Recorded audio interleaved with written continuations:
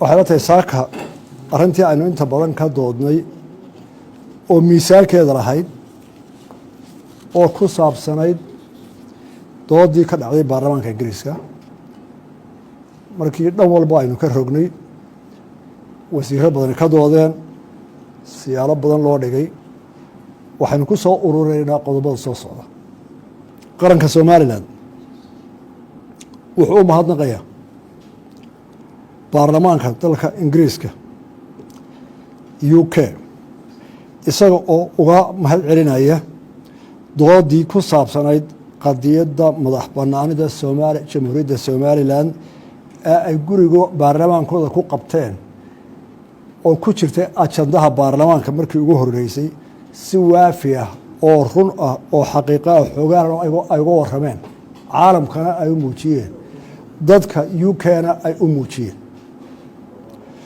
waxaanu si gaara ugu mahadnaqaynaa xildhibaanadii sida weyn u taageeray qadiyadda somalilan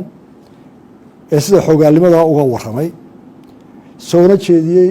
inay waajib muqadasa ku tahay caalamkaba in la aqoonsado somalilan sidoo kale waxaynu si gaara ugu mahadnaqaynaa xildhibaanadii golaha keenay dooda aqoonsiga somalilan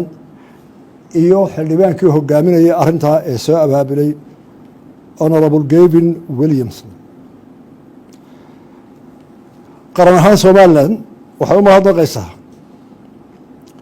dhammaan jaaliyadaha somalilan ee qurba joogga ah meel ay joogaan iyo dal kastoo ay joogaanba waxaanu si gaara ugu mahadnaqaynaa jaaliyadda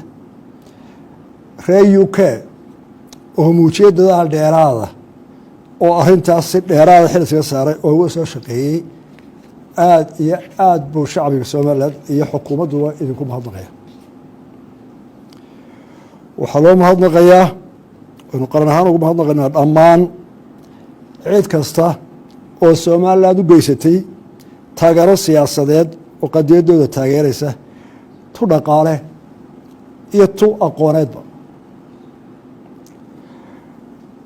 dowladda somalilan iyo shacbigeedu waxay ka midaysan yihiin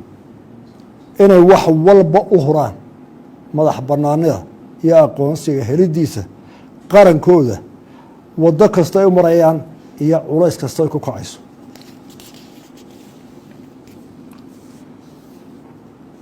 golaha xukuumaddu wuxuu go-aamiyey in shacbiga somalilan dibadba ay sameeyaan arji ama codsi ay u dirayaan hay-adaha caalamka ay kow ka tahay jamciyadda qurumaha ka dhexaysa gaar ahaan golaheeda ammaanka golaha African Unionka ama Africa ay ku kulanto AU-da loo yaqaano Arab League jamciyadda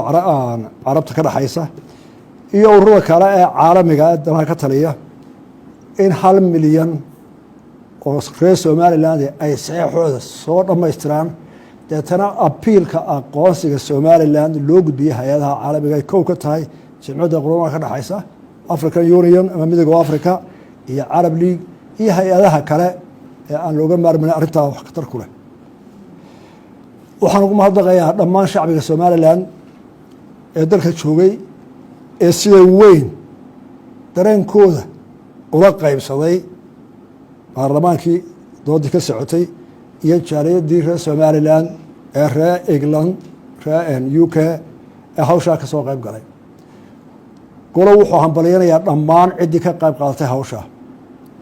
golo wuxuu ku boorinayaa shacbiga somalilan dhammaantii inuu u guntado hawl kasta ay ku qaadanayso wakti kasta ay ku qaadanayso culays kasta ay keenayso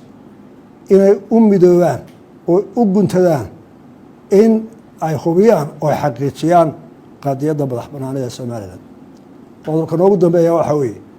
waxaan uga digaynaa dowladda muqdisho oo hadda bilowday weerar qaawan oo ay ku qaadaan baarlamaanka xubnihii baarlamaanka hawshaa galay iyo golayaasha caalamka aba inay ka dagaal galaan inay meel marto qadiyadda somalilan waxaan u sheegaynaa dowladda muqdisho dadka waxaa ka talinaya waxaasi waxay sii kordhayaan waa nacayb kala fogaansho iyo colaad dheeraato oo aad ku dhex beeraysaan soomaalida gudaheeda iyo cadaawad fogaato oo ubadkeena soo socda ay u sii taagnaato inaanay caqlid ahayn somalilandna ma aha mid ay cidi ku qasbi karta madax banaanadeeda iyo go-aankeeda iyo masiirkeeda horay ugu naf iyo maalba haddana waa u diyaar aad iyo aad ba